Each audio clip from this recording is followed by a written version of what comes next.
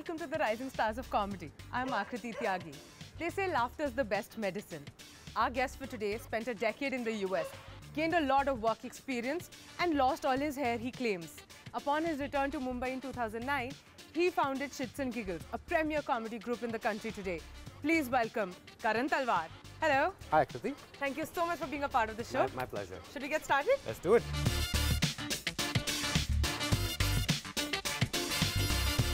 Ladies and gentlemen, please welcome to the stage Mr. Karan Talwar.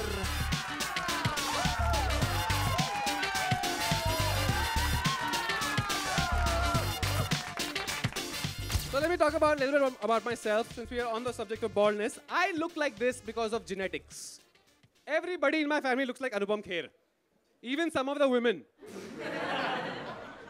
Baldness is apparently a disease. I just found out baldness is a disease.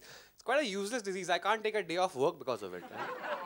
I can't call my boss and be like, sir, aaj baal bahut jhad rahe, sir. Sir, what if it's contagious? The full offices look like they've just come back from Tirupati. So how come comedy? I kind of just fell into it. I don't think anybody was offering me any jobs at the time, so I was like, I need to do something with my time. But this was in America? This is No, this is in India. Okay. I came back, I was working in corporate America. Okay. I came back and I was just figuring out what to do with my life, and I was here and somebody suggested, hey, there's an open mic in Andheri, just go check it out. So I kind of just went for the open mic and things just sort of fell into place. Yeah, I just went on from there. Okay. You know, things, As I mentioned, you founded Schitzengiggles. That's right. How did the group come about?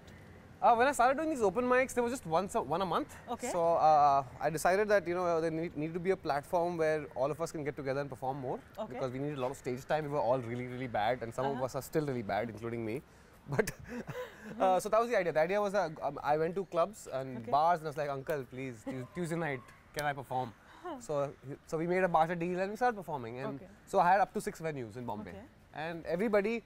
One cool thing is that everybody who's a comedian today, a professional comedian in the last 4 years who's come up, has performed at a Schitzengiggles stage at some point. That's lovely. Yeah. Now, your book specifically talks about why India is the next superpower in wine.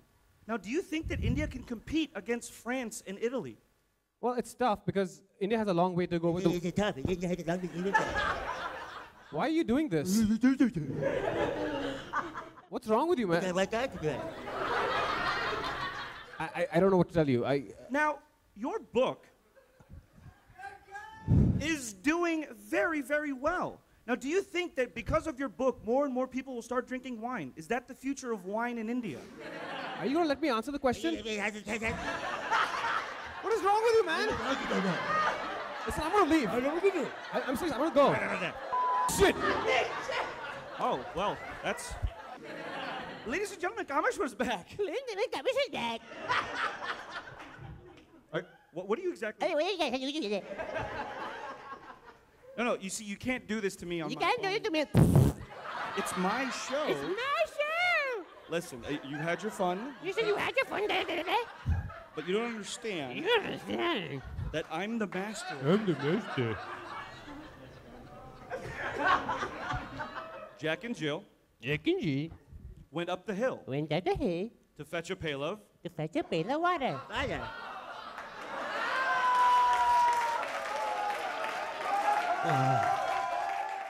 Improv, as I mentioned, is a very, very, is at a very, very nascent stage. Hey guys, meet Maynard. Hi, buddy. That's Karan's dog. Hi, buddy. Sorry, buddy. Extremely scared of the camera.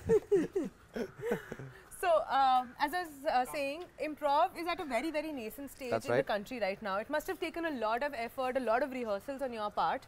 You know the funny thing about improv is people don't even know what improv is. They think we are just improvising stand-up comedy. Okay. Like improv is some part of stand-up comedy, which is not. Improv is its own art form, completely separate from our stand-up comedy. It has nothing to do at all with stand-up, in fact. Okay. In fact, I would say improv has helped my stand-up more than anything else. Oh, really? Maynard's having a good time. Clearly. Yeah, improv is extremely nascent. It's like the ugly cousin of stand-up right now. Okay. There's only like 2 or 3 groups in the country doing it. Okay. It's tough because it's like, wait, so you guys don't have scripts? So wait, how do you make jokes? So it literally is coming up with stuff in the, just you think of something and it happens.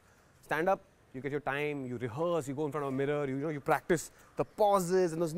And I don't know if you know this, but and maybe the audience doesn't, but stand-up is rehearsed to the core. every pause, every moment is rehearsed. In improv, it's the exact opposite. Nothing is rehearsed. So that's, both have the, there's a pros and cons of both the forms. So I'm lucky that I get to do both. Yeah. You suck. You're Superman's son, and look at you. You look more like Lex Luthor's son. You know how embarrassing it is when I go around and everyone's kids are killing it and my son is a ballet dancer?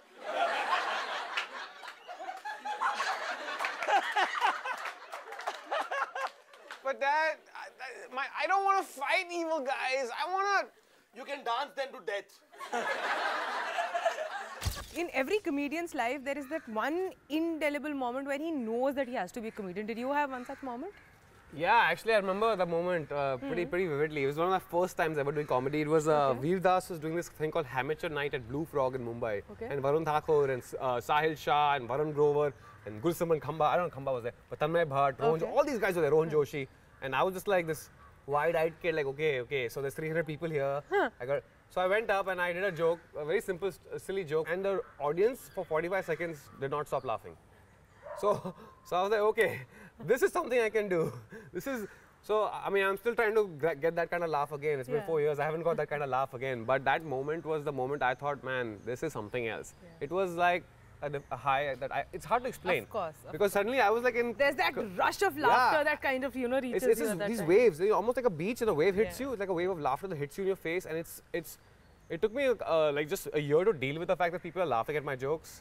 And then it took me another year to deal with the fact that people are not laughing at some of the jokes and deal with that silence, Yeah. So that's, but that was the moment for me. That moment at Blue Frog when I just, for 45 seconds, I had a 2-minute set, out of which 1 minute was just one joke. Wow. One gag with one line and just laughs. So that was pretty cool. I enjoy being married. It's interesting because I get to learn about you ladies. I've learned so much about you women. Before marriage, I used to think men dressed up to impress women and women dressed up to impress men. Exactly. No, I was so wrong. Men dress up to impress women. Women also dress up to impress women. And the proof is in your shoes, lady. It's in your shoes. Because the amount of time, effort and money you spend on buying these shoes, no guy is ever looking that far south. Breaking the news to your family that, you wanted to take up stand-up comedy as a profession full-time. Was it tough?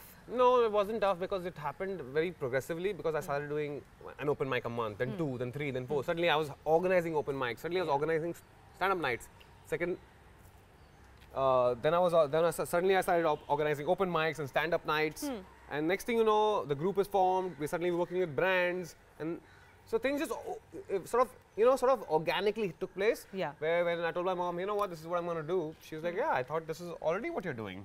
I didn't think you had to tell me this, but so that conversation never happened. Plus, also, today I'm 34. When I started this, I was 29, 30. Yeah. So at that age, I'm not a kid anymore. Of course. And most of the comedians today are 18, 19. They have to deal with their parents and all that. I'd never had that issue. Yeah. My mother was like, fine, if you think you can make money and feed a family, do it, go for it. Yeah.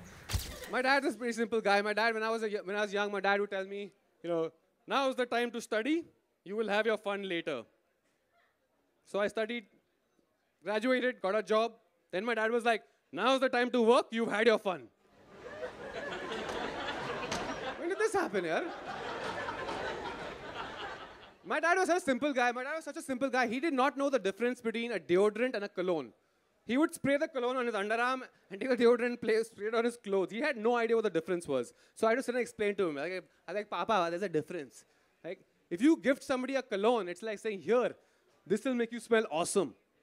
But if you gift somebody a deodorant, that's like, tu baas marta hai. Single people, I know why you guys are excited. Because you have no idea why this night will end. You're single out there looking for adventures. Just the night is young, man. Maybe it'll be a house party or a club or something that's really crazy. The police thane, who knows? But married people, you guys know exactly how your night's going to end. Right? Next to that same person, in that same bed, under those same sheets, watching comedy nights with couple. Yeah.